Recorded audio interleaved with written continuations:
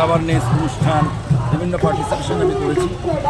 আমার মনে হয়েছে যে তিলোত্তমা, অভয়া আমার এবং আমাদের বোন, যে বোন এইভাবে তার সম্ভ্রম, তার মর্যাদা, তার সম্মানকে ভুলুণ্ঠিত করে, এবং তিনি একজন সমাজের প্রথম শ্রেণীর নাগরিক, একজন ডাক্তার, আর শুধু ডাক্তার বলে না, যে কোনো সমাজের যে কোনো স্তরের একজন নারী।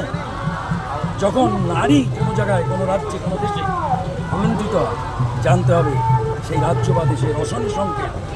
তাই আমার মনে হয়েছে এই মুহূর্তে একজন শিল্পী হিসাবে আমার সামাজিক দায়বদ্ধতার জায়গা থেকে আমি এই অশনি সংকেতের হাত থেকে একজন শিল্পী হিসাবে মানুষকে অ্যাওয়ারনেস করছি। কারণ আমি বিগত দিনে অনেক অ্যাওয়ারনেস করেছি, সরকারের পক্ষেও করেছি, বিভিন্ন উদ্যোগে শিশু নারী পাচার, মন প্রথা, বাল্যবিবাহ, প্রতিবন্ধীদের অধিকার, আমাদের ন্যাশনাল ইন্টিগ্রেশন, কমিউনাল হারমোনি, এবং বিশেষ করে কোভিডের সময় আমার একটা রেকর্ড আছে, যেটা ওয়ার্ল্ড রেকর্ড, যে আমি হচ্ছি ওয়ার্ল্ড ফার্স্ট কোভিড সেবা ওয়ারিয়ার স্ট্রিট মাইমার। পৃথিবীর সর্বপ্রথম কোভিড সেবা যোদ্ধা, পথ মোকাবিলায় সে করোনার সময় পথে পথে মানুষদেরকে লকডাউন করা, তাদেরকে সচেতন করা, এ বিষয়ে আমি নিজে উদ্যোগে পথে পথে মোকাবিনয় প্রদর্শন করে অ্যাওয়ারনেস করেছি। এই জিনিস সারা ওয়ার্ল্ডে করোনার সময় কেউ করেনি, একমাত্র আমি সেই শিল্পী।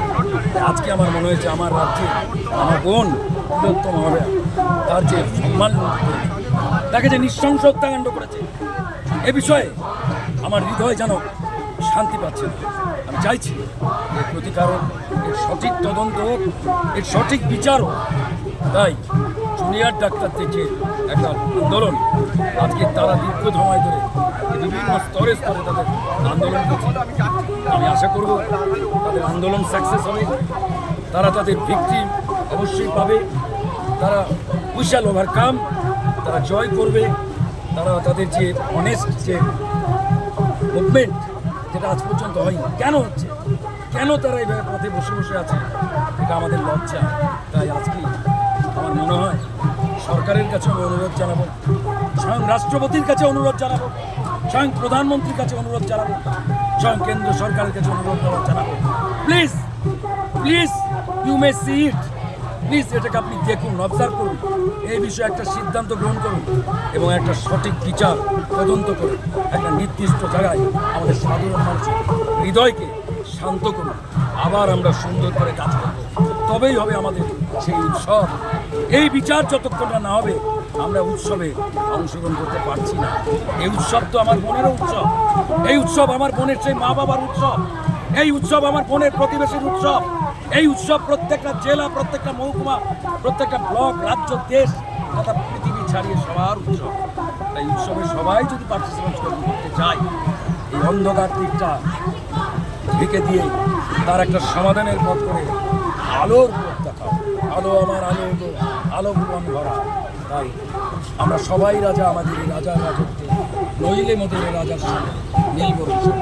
আমরা সবাই রাজা এবং সমাজ ব্যবস্থার ধারক বাহককে বলব, দয়া করে একজন শিল্পী হিসেবে দয়া করে আপনারা এর একটা বিরোধ।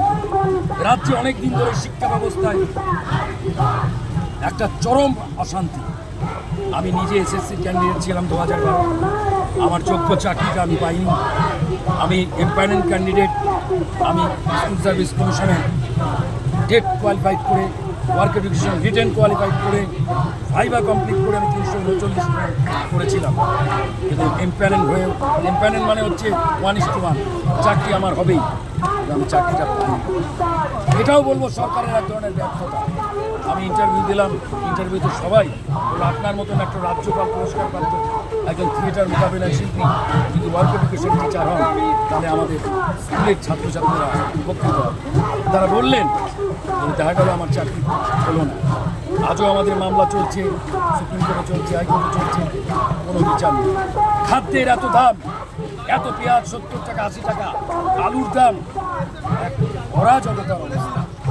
খাদ্য, শিক্ষা, বর্তমানে স্বাস্থ্য, এই তিনটে স্তরে এত আলোড়ন, এত অন্যায়, এত অবিচার, এর একটা বিহিত রাজামশাই, রানীমশাই আপনারা করুন, আপনারা করুন, আপনারা করুন। আমরা অবশ্যই, আপনি বিচার করুন, অবশ্যই আপনার হাতকে আমরা শক্ত করবো, কথা দিচ্ছি করবো, আপনাকেই আমরা মানব। আপনি বিচারটা করুন, সঠিক তদন্ত করুন এবং জুনিয়র ডাক্তারদের যে আবেদন সেটা শুনুন। ওনাদের আবেদন যেটা করেছে তারা নিজেদের স্বার্থ নয়, ওই বোনটার স্বার্থে, ওই তিলোত্তমার স্বার্থে, ওই অভয়ার স্বার্থে এবং আরও অনেক মা বোনদের স্বার্থে। এবং স্বাস্থ্য ব্যবস্থায় যে দেখা যাচ্ছে যে নানা রকম দুর্নীতি, আগামী দিনের আমার ঘরের ছেলেমেয়েরা ডাক্তারি পড়তে যাতে অনিশ্চিত না হয়, তারা যাতে সংকটে উপস্থিত না হয়, বর্তমানে যারা ডাক্তারি পড়ছে, বর্তমানে যারা ডাক্তারি প্রফেশনে রয়েছে তাদের যাতে বিভিন্ন ক্ষেত্রে অসুবিধার মধ্যে পড়তে না হয়, তার জন্যই তাদের এই আবেদন নিবেদন। সেটাকে আপনারা সমাধান করুন, সমাধান করুন, সমাধান করুন। দেখবেন রাজ্যে আবার সুন্দর শান্তি শৃঙ্খলা হয়ে যাবে। আমরা সেই জন্যে আশাবাদী। আমরা শিল্পীরা সবসময় আশাবাদী। এই নেগেটিভ, এই ইতিবাচক মনোভাব আপনাদের হবে, নেগেটিভ আপনাদের কেটে যাবে এবং সুন্দর একটা সূর্য আমরা দেখতে পাবো। সকলকে অনেক অনেক শুভেচ্ছা, অভিনন্দন। আগামী দিনে অনেক আশা আকাঙ্ক্ষা নিয়ে আমি আমার বক্তব্য শেষ